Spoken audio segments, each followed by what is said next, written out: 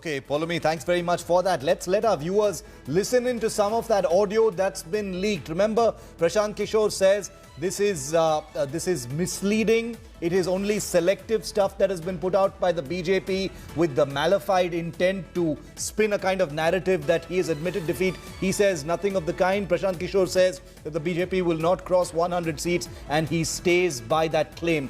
But it is clear that the Trinamool is putting up a brave face and doing a lot of damage control. The fallout of this audio at a crucial time in this election. Listen in to the audio that's been put out by the BJP. अगर vote है तो मोदी के नाम पर vote है, vote है तो हिंदू होने के नाम पर वोट है। पोलराइजेशन, मोदी, हिंदी भाषी, एससी, ये फैक्टर है। शुभेंदु चले गए कि प्रशांत किशोर चले आए, उसका कोई वो मुद्दा नहीं है, वो मुद्दा है ही नहीं। मोदी यहाँ पॉपुलर है, हिंदी भाषियों की 1 करोड़ से ज्यादा वोट है, दलित यहाँ पर 27% है और वो पूरी तरह से बीजेपी के साथ खड़ा है। प्लस पोलराइजेशन तो है ही है। Matua will be predominantly voting for BJP, not as unitedly as they did in Lok Sabha, लेकिन मुझे लगता है अभी भी Matua will 75 BJP 25 तृणमूल। हम लोग एक सर्वे करते हैं कि आप वोट किसको दीजिएगा और सरकार किसकी बन रही है, तो सरकार किसकी बन रही है उसमें प्रीडोमिनेंटली बीजेपी ही आता है। हम लोग के भी सर्वे में उसको हम लोगों ने खंगाल कर देखा भी ऐसा क्यों आ रहा है। ऐसा इसलिए आ रहा है कि जो बीजेपी को वोट कर रहा है वो तो कह ही रहा है कि बीजेपी की सरकार बन रही है। जो लेफ्ट को वोट करने वाले 10 से 15% लोग हैं उसमें करीब 2/3 लोगों का ऐसा मानना है कि बीजेपी की सरकार बन रही है। तो वो मेजोरिटी जो है वो आपको हमेशा सुनाई देगा, हमेशा कि बीजेपी की सरकार बन रही है। लेफ्ट का जो आदमी है वो सोचता है कि भैया कुछ भी हो बीजेपी आ जाएगी तो हमारी दुकान खुल जाएगी, कम से कम अभी ममता को तो हारना चाहिए। एक जो उसका सब्सटेंशियल तो परसेप्शन की बात हो गई, जो सब्सटेंशियल इशू ग्राउंड पे है, जो लोग हम लोग समझते हैं बाहर जो बंगाल में नहीं पहले आए थे तो भाई बीजेपी का नीचे ग्राउंड पे वर्कर नहीं है, ऐसी बात नहीं है। ग्राउंड पर बीजेपी के बहुत वर्कर हैं और वो सारे वर्कर लेफ्ट से इंपोर्टेड हो सकते हैं लेकिन वो डेडिकेटेडली आज बीजेपी के लिए काम कर रहे हैं।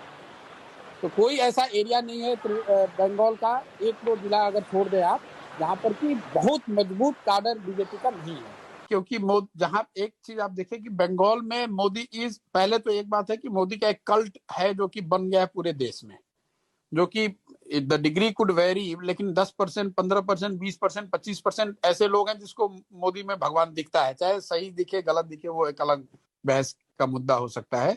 स्पेशली जो यहाँ हिंदी भाषी है वो मोदी का सपोर्ट का कोर है। प्लस जो एंटी इनकम्बेंसी है वो स्टेट गवर्नमेंट के खिलाफ है, सेंटर के खिलाफ है नहीं। और मोदी है पॉपुलर, यहाँ काफी पॉपुलर है। अगर आप लीडर का हम लोग सर्वे कर रहे हैं तो मोदी और Mamata are equally popular, which is a very big thing. Modi is very popular.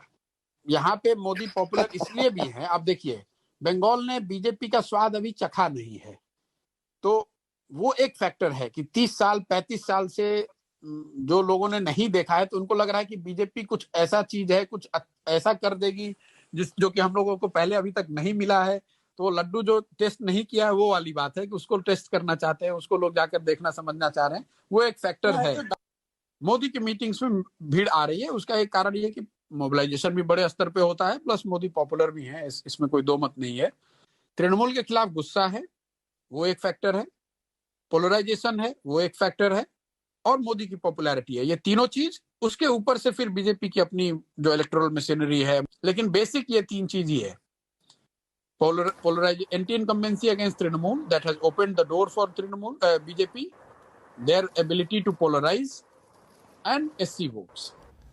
And as you can imagine, many reactions coming in on the Prashant Kishore story. Take a look at some of the reactions. He clearly concedes that the BJP is winning this election.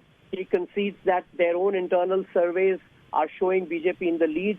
Big social blocs are backing the BJP like they did in 2019. He also goes on to say that the brazen appeasement politics of Mamata Banerjee of last 10 years has led to resentment in the society and which has caused polarization. He also admits that there is anti-incumbency against Mamata Banerjee. He also says that Modi is extremely popular in Bengal. There's a cult-like following that he enjoys there. He has basically given up on the election. He has conceded that the BJP is in the lead.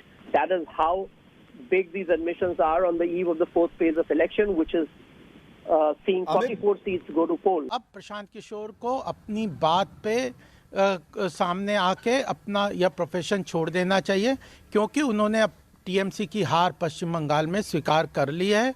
Modi ji की popularity और अमित शाह जी और नड्डा जी की रणनीति और ground level पे भी उन्होंने बताया है कि भारतीय जनता पार्टी की ऑर्गेनाइजेशनल स्ट्रक्चर बहुत मजबूती से काम कर रहा है।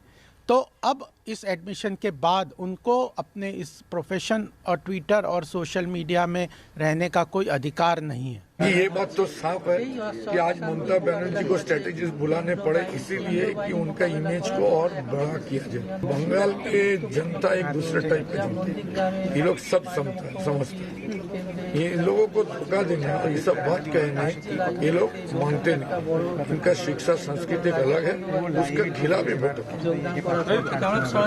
देखिए भला उनको तो ये मानना ही पड़ेगा, सिर्फ बंगाल में नहीं पूरे भारत में मोदी जी फेमस है और पूरी वर्ल्ड में पूरे विश्व में फेमस है। तो प्रशांत किशोर जो है वो तृणमूल कांग्रेस को यहाँ पर जो कॉफिन में जो लास्ट जो पिन होता है वो पिन गाथने का काम करके गया है और तृणमूल कांग्रेस को जो भी जितना भी बचा कुचा उन लोगों का वो था उसको भी खत्म करके प्रशांत किशोर यहाँ से निकल चुका है।